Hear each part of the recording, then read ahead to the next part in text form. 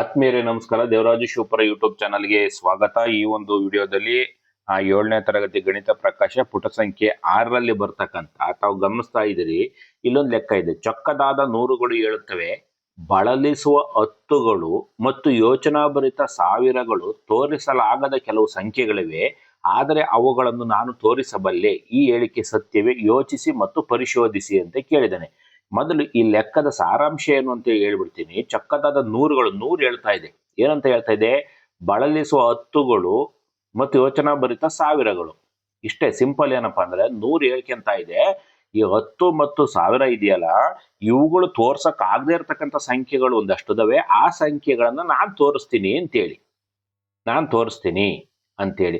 So ಈ ಹೇಳಿಕೆ ಸತ್ಯವೇ? ಯೋಚಿಸಿ ಮತ್ತು ಪರಿಶೋಧಿಸಿ. ಹಾಗಾದ್ರೆ ಇದು ಸತ್ಯನಾ ಅಥವಾ ಸುಳ್ಳ? ಯಾವ ರೀತಿ ಅಂತಕ್ಕಂಥದನ್ನ ತೋರಿಸಿ ಅಂತೇಳಿ ಹೇಳ್ತಾ ಇದ್ದಾರೆ. ನೋಡೋಣ. ನೋಡಿ, ಇಲ್ಲಿ ಪರಿಕಲ್ಪನೆ ವಿಶ್ಲೇಷಣೆಯನ್ನ ಮಾಡ್ತಾ ಹೋಗೋಣ. Analysis of the mathematical concept. ಇಲ್ಲಿ ನಾವು ಸ್ಥಾನ ಬೆಲೆಯ ಪರಿಕಲ್ಪನೆಯನ್ನು ಅರ್ಥ ಮಾಡಿಕೊಳ್ಳಬೇಕು. ನೂರುಗಳು, ಹತ್ತುಗಳು ಮತ್ತು ಸಾವಿರಗಳು ಇವುಗಳನ್ನು ಮಾತ್ರ ಬಳಸಿ ಯಾವುದೇ ಸಂಖ್ಯೆಯನ್ನು ಹೇಗೆ ರಚಿಸಬಹುದು ಎಂಬುದನ್ನು ನೋಡೋಣ. ಹತ್ತುಗಳು ಅತ್ಯಂತ ಚಿಕ್ಕ ಘಟಕವಾಗಿದೆ.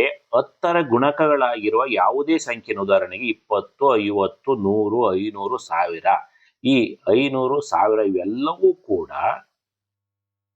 10ರ ಗುಣಕಗಳಾಗಿವೆ. ಕೇವಲ ಹತ್ತುಗಳನ್ನು ಬಳಸಿಯೇ ಸಂಪೂರ್ಣವಾಗಿ ತೋರಿಸಬಹುದು. ಅರ್ಥ ಆಗ್ತಿದೆಯಾ? ಲೆಕ್ಕ ಏನ್ ಹೇಳ್ತಿದೆ? 100 ಏನ್ ಹೇಳ್ತಾ ಇದೆ? 100, 10 ಮತ್ತು 1000 ತೋರ್ಸಕ್ ಆಗದೆ ಇರ್ತಕ್ಕಂಥದ್ನೆಲ್ಲ ನನ್ನ ಹತ್ರ ಇದಾವೆ, ನಾನು ತೋರಿಸ್ತೀನಿ ಸಂಖ್ಯೆಗಳನ್ನ ಅಂತ ಹೇಳಿ. ಆದ್ರೆ 10ರ ಗುಣಕಗಳು 20, 50, 100, 500, 1000 ಇವೆಲ್ಲವೂ ಕೂಡ 10ರ ಗುಣಕಗಳಾಗಿವೆ. ಅಂದ್ರೆ ಇವುಗಳನ್ನ ಕೇವಲ ಹತ್ತುಗಳನ್ನು ಬಳಸಿಯೇ ಸಂಪೂರ್ಣವಾಗಿ ತೋರಿಸಬಹುದು. ನಿಮ್ಗೆ ಅಲ್ಲಿಗೆ ಅರ್ಥ ಆಗಿದೆ ಅನ್ಕೊಂತೀನಿ. ಉದಾಹರಣೆಗೆ 100 ಎಂಬ ಸಂಖ್ಯೆಯನ್ನು ರಚಿಸಲು 10 ಹತ್ತುಗಳು, 10 ಹತ್ತುಗಳನ್ನು ಸೇರಿಸಿ ಸಾಕು, ನಮಗೆ 100 ಬರುತ್ತೆ. ಹೌದಲ್ವಾ? ಎಸ್, 10 ಹತ್ತುಗಳು ಸಾಕು. ಅಂದರೆ ನೂರುಗಳು ತೋರಿಸಬಲ್ಲ ಪ್ರತಿಯೊಂದು ಸಂಖ್ಯೆಯನ್ನು ಹತ್ತುಗಳು ಕೂಡ ಸುಲಭವಾಗಿ ತೋರಿಸಬಲ್ಲದು. ಹಾಗಾಗಿ ನೂರುಗಳು ಮಾತ್ರ ತೋರಿಸಬಲ್ಲ, ಆದರೆ ಹತ್ತುಗಳು ತೋರಿಸಲಾಗದ ಯಾವುದೇ ಸಂಖ್ಯೆ ಇಲ್ಲ. ಹತ್ತುಗಳು ನೂರುಗಳಿಗಿಂತ ಸಣ್ಣದಾಗಿರುವುದರಿಂದ ಅವು ನೂರುಗಳು ಪ್ರತಿನಿಧಿಸುವ ಎಲ್ಲಾ ಸಂಖ್ಯೆಗಳನ್ನು ಪ್ರತಿನಿಧಿಸಬಲ್ಲವು. ದೇರ್ಫೋರ್, ಹೀಗಾಗಿ ಚಿತ್ರದಲ್ಲಿರುವ ನೂರುಗಳ ಹೇಳಿಕೆಯು, ಅಂದ್ರೆ ಏನ್ ಲೆಕ್ಕದಾಗ ಹೇಳಿದ್ರೆ ಹೇಳಿಕೆಯು ಅಸತ್ಯವಾಗಿದೆ. The statement made by the 100 in the image false. ಅದು ಹೇಳಿರ್ತಕ್ಕಂಥದ್ದು ಅಂದ್ರೆ 100 ನನ್ನಿಂದ ಮಾತ್ರ ತೋರ್ಸ್ಲಿಕ್ಕೆ ಆಗ್ತಕ್ಕಂಥ ಸಂಖ್ಯೆಗಳಿವೆ, 10ರಿಂದ 1000 ತೋರ್ಸಕ್ ಆಗಲ್ಲ ಅಂತೇಳಿ. ಯಾಕಂದ್ರೆ 10ರ ಗುಣಕಗಳು ಏನಿದಾವೆ ಆ 100 ತೋರಿಸ್ತಕ್ಕಂಥ ಎಲ್ಲದನ್ನು ಕೂಡ ತೋರಿಸಬಲ್ದು. ಹಾಗಾಗಿ ಸೊ ಈ ಹೇಳಿಕೆ ತಪ್ಪಾಗಿದೆ. ಇದು 10ನ್ನ ಆಧಾರವಾಗಿ ಇಟ್ಟುಕೊಂಡು ಹೇಳಿರ್ತಕ್ಕಂಥ ಸ್ಟೇಟ್ಮೆಂಟ್. ಬಟ್ ಇವನು ಒಂದೇ ಲೆಕ್ಕದಲ್ಲಿ 10 ಮತ್ತು 1000 ಎರಡನ್ನೂ ಸೇರಿಸಿ ಹೇಳಿರೋದ್ರಿಂದ ಈ ರೀತಿ. ಆದ್ರೆ ಸಾವಿರಗಳು ತೋರಿಸಲಿಕ್ಕೆ ಆಗದೆ ಇರತಕ್ಕಂಥ ಸಂಖ್ಯೆಗಳನ್ನ 100 ತೋರಿಸಬಹುದು. ಆದ್ರೆ 10 ತೋರ್ಸಕ್ ಆಗದೆ ಇರತಕ್ಕಂಥ ಸಂಖ್ಯೆಗಳು 100 ಹತ್ರ ಇಲ್ಲ. ಯಾಕೆಂದ್ರೆ ಈಗ ನೋಡಿ, 100 ಯಾವುದು? 100ರ ಗುಣಕಗಳು 100 ಬರುತ್ತೆ, 200 ಬರುತ್ತೆ, 300 ಬರುತ್ತೆ. 300, 400, 500, 600, 700, 800, 900 ವರೆಗೂ ಕೂಡ ಬರುತ್ತೆ. ಆದ್ರೆ ಸಾವಿರದ ಗುಣಕಗಳೇನಾಗುತ್ತೆ? 1000, 2000, 3000, 4000 ಆಗುತ್ತೆ. ಹಾಗಾಗಿ ಫಾರ್ ಎಕ್ಸಾಂಪಲ್ ಇದು ಪಾರ್ಷಿಯಲಿ ಯಾವ ರೀತಿ 1000ಕ್ಕೆ ಸಂಬಂಧಪಟ್ಟಂತೆ ನಾವು ಇದರ ಹೇಳಿಕೆಯನ್ನು ನಾವು ಒಪ್ಕೋಬಹುದು, ಹೌದು ಅಂತೇಳಿ. ಯಾಕೆಂದ್ರೆ 100, 200, 300, 400, 500, 600, 700, 800, 900 ಇವುಗಳನ್ನ 100 ಮಾತ್ರ ತೋರಿಸ್ಲಿಕ್ಕೆ ಸಾಧ್ಯ. ಆದರೆ 1000 ತೋರಿಸ್ಲಿಕ್ಕೆ ಆಗೋದಿಲ್ಲ. ಆದ್ರೆ 10 ತೋರಿಸುತ್ತೆ. 10ರಿಂದ ನಾವು 100ಅನ್ನು ನೋಡ್ಬೋದು, 200 ನೋಡ್ಬೋದು, 300 ನೋಡ್ಬೋದು, 400 ನೋಡ್ಬೋದು, 500, 600, 700, 800, 900 ವರೆಗೂ ಕೂಡ ನೋಡ್ಲಿಕ್ಕೆ ಸಾಧ್ಯ ಇದೆ. ಆದ್ರೆ ಇಲ್ಲಿ ಏನಾಗಿದೆ, ಅದು ಲೆಕ್ಕ ಹೇಳ್ತಕ್ಕಂಥ ಸಂದರ್ಭದಲ್ಲಿ 10 ಮತ್ತು 1000 ಎರಡನ್ನೂ ಸೇರಿಸಿ ಹೇಳಿರೋದ್ರಿಂದ ಈ ಒಂದು ಸ್ಟೇಟ್ಮೆಂಟ್ ತಪ್ಪು ಅಂತೇಳಿ ನಾವು ಹೇಳ್ಬಹುದು. ಆದ್ರೆ 1000ಕ್ಕೆ ಮಾತ್ರ ಸ್ಪೆಸಿಫಿಕ್ ಆಗಿ ನೋಡಿದಾಗ 1000 ತೋರಿಸ್ಲಿಕ್ಕೆ ಆಗದೆ ಇರ್ತಕ್ಕಂಥ ಸಂಖ್ಯೆಗಳನ್ನ 100 ತೋರಿಸುತ್ತೆ ಅಂತ ಹೇಳಿ ಒಪ್ಕೋಬಹುದು. ಇಷ್ಟು ಮಾತ್ರ.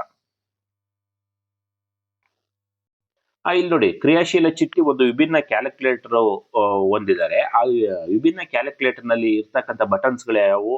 1, 10, 100, 1000, 10,000, ಲಕ್ಷ, 10 ಲಕ್ಷ. ಅದರಲ್ಲಿ ಸಂಖ್ಯೆಗಳನ್ನು ಮಾಡುವ ಬಹಳಷ್ಟು ವಿಧಾನಗಳಿವೆ. ಅದು ಹೇಗೆ ನೀವು ಕೇಳಬಹುದು. ಸಂಖ್ಯೆ 321 ಪಡೆಯಲು ಅದು +10 ಅನ್ನು 32 ಬಾರಿ ಮತ್ತು +1 ಒಮ್ಮೆ ಮಾತ್ರ ಒತ್ತುತ್ತದೆ, ಅದು 320 ಪಡೆಯುತ್ತದೆ. ಪರ್ಯಾಯವಾಗಿ ಅದು 100 2 ಬಾರಿ ಮತ್ತು 10 12 ಬಾರಿ ಹಾಗೂ 1 ಒಮ್ಮೆ ಒತ್ತಿ ಮಾಡಬಹುದು. ಈ ರೀತಿ ಅಂದ್ರೆ ಆಕೆ ಹತ್ರ ಇರ್ತಕ್ಕಂಥ ಕ್ಯಾಲ್ಕುಲೇಟರ್ ಏನಿದೆ ಅದರಲ್ಲಿ ಇರ್ತಕ್ಕಂಥ ನಂಬರ್ಸ್ಗಳು ಇಷ್ಟೇ: 1 10 100 1000 10,000 ಲಕ್ಷ 10 ಲಕ್ಷ.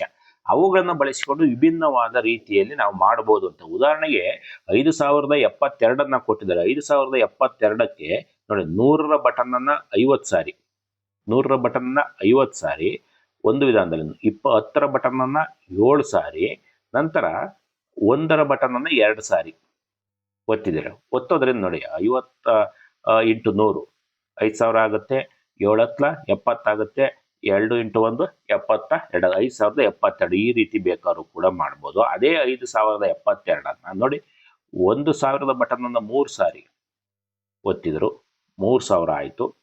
ಆಯ್ತಾ? ನೋಡಿ 3000 ಆಯ್ತು. 100ರ ಬಟನ್ ಅನ್ನ 2 ಸಾರಿ 2000 ಆಯ್ತು. 1ರ ಬಟನ್ ಅನ್ನ 72, 3 2 5000 5072 ಆಯ್ತು. ನೋಡಿ ಇಲ್ಲಿ ಬೇಕಾದ್ರೆ ನಾವು ಫಾರ್ ಎಕ್ಸಾಂಪಲ್ 1000ದ ಬಟನ್ ಅನ್ನ 5 ಸಾರಿ ಒಮ್ಮೆನೂ ಒತ್ತಬಹುದು, 5000 ಆಗುತ್ತೆ ಅಲ್ವಾ? 10ರ ಬಟನ್ ಬಳಸುವ. ಈ ರೀತಿ ಇರ್ತಕ್ಕಂಥ ಕ್ಯಾಲ್ಕುಲೇಟರ್ ನಲ್ಲಿ ಇಲ್ಲಿ ಇರ್ತಕ್ಕಂಥ ವಿಚಾರ ಎಷ್ಟೇ ಸೃಜನಶೀಲವಾಗಿ ಮಗು ಎಷ್ಟು ಯೋಚನೆ ಮಾಡಬಲ್ಲ, ಯಾವ ವಿಧಾನದಲ್ಲಿ ಯೋಚನೆ ಮಾಡಬಲ್ಲ ಅಂತ ಈ ಬಟನ್ಸ್ ಗಳನ್ನ ಬಳಸಿಕೊಂಡು ಬೇರೆ ಬೇರೆ ರೀತಿಯಲ್ಲಿ ಮಾಡ್ಲಿಕ್ಕೆ ಸಾಧ್ಯ ಇದೆ. ಅದಕ್ಕೆ ಆಧಾರವಾಗಿ ಒಂದಷ್ಟು 5 ಲೆಕ್ಕಗಳನ್ನು ಕೊಟ್ಟಿದ್ದೇನೆ. ನೀವು ಅಲ್ಲಿ ಏನ್ ಹೇಳ್ತಾರೆ, ಗುಂಡಿಗಳನ್ನು ಒತ್ತುವುದರ ಮೂಲಕ ಅಗತ್ಯ ಸಂಖ್ಯೆಯನ್ನು ಪಡೆಯಲು ಕನಿಷ್ಠ 2 ವಿಭಿನ್ನ ಕ್ರಮಗಳನ್ನು ಬರೆಯಿರಿ ಅಂತೇಳಿ ನೋಡೋಣ. ಸಂಖ್ಯೆಗಳನ್ನು ಪಡೆಯಲು ಕನಿಷ್ಠ 2 ವಿಭಿನ್ನ ಕ್ರಮಗಳು. Writing unique ways to get each number using the given buttons. ಆ ಬಟನ್ಗಳನ್ನ ಬಳಸಿಕೊಂಡು ಯಾವ ರೀತಿ ಮಾಡ್ತೀವಿ ಅಂತಕ್ಕಂಥದ್ದು. 8300 ಮೊದಲನೇ ಲೆಕ್ಕ 8300. ವಿಧಾನಗಳಲ್ಲಿ ವೇ 1 ಮೆಥಡ್ 1ರಲ್ಲಿ ನೋಡಿ 1000ದ ಬಟನ್ ಏನಿದೆ ಅದನ್ನ 8 ಸಾರಿ ಕ್ಲಿಕ್ ಮಾಡ್ತೀವಿ, 8000.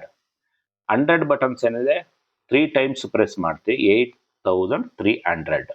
ಇನ್ನೊಂದು ವಿಧಾನದಲ್ಲಿ ಹೇಗೆ ಮಾಡ್ತೀವಿ, 1000 ಬಟನ್ 7 ಟೈಮ್ ಪ್ರೆಸ್ ಮಾಡ್ತೀವಿ, 7000. 100 ಬಟನ್ 13 ಟೈಮ್ಸ್ ಮಾಡ್ತೀವಿ, ಅಲ್ಲಿಗೆ 1300 ಬರುತ್ತೆ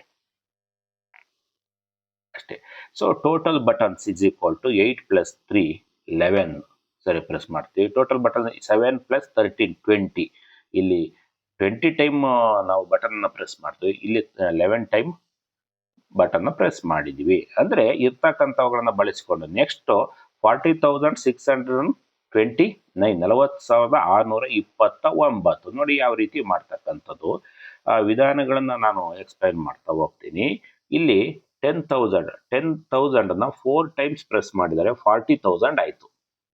100 6 ಟೈಮ್ 600, 10 2 ಟೈಮ್ಸ್ 20, 1 9 ಟೈಮ್ಸ್, ಅಲ್ಲಿಗೆ ಎಷ್ಟಾಯ್ತು 4 + 6 + 2 + 9 21 ಟೈಮ್ಸ್ ಬಟನ್ ಪ್ರೆಸ್ ಮಾಡಿದ್ವಿ.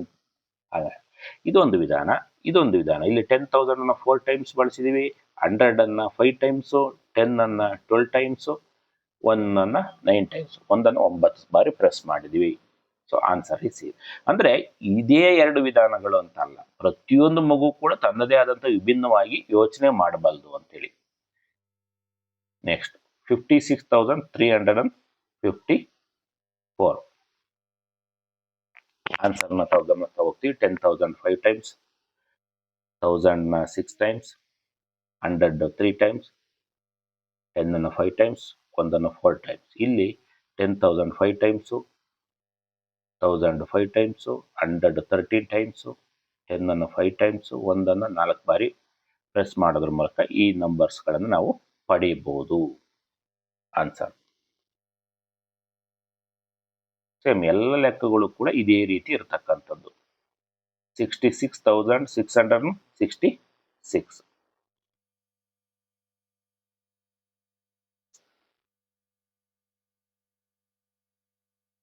ಸೇಮ್ 2 ಮೆಥಡ್ ಅನ್ನ ತಾವು ಗಮನಿಸಬಹುದು.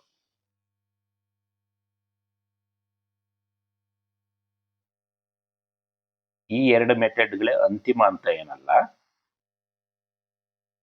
ಉದಾಹರಣೆಗೆ ಫಾರ್ ಎಕ್ಸಾಂಪಲ್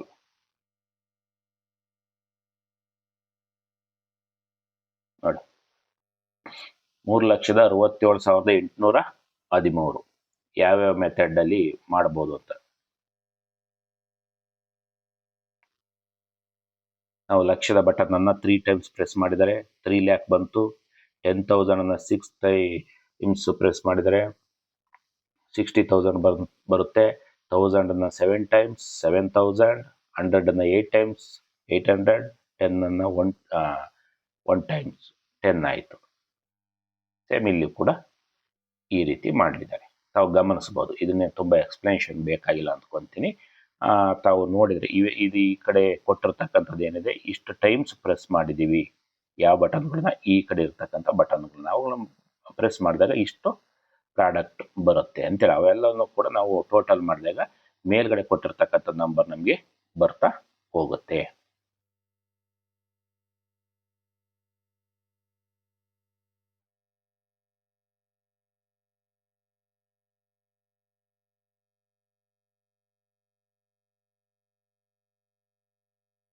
ಇನ್ನು ಮುಂದಿನ ಪುಟದಲ್ಲಿ ಕ್ರಿಯಾಶೀಲ ಚಿಟ್ಟಿಯಲ್ಲಿ ನಿಮಗಾಗಿ ಕೆಲವು ಪ್ರಶ್ನೆಗಳಿವೆ ಅಂತ ಕೇಳಿದ್ದಾರೆ.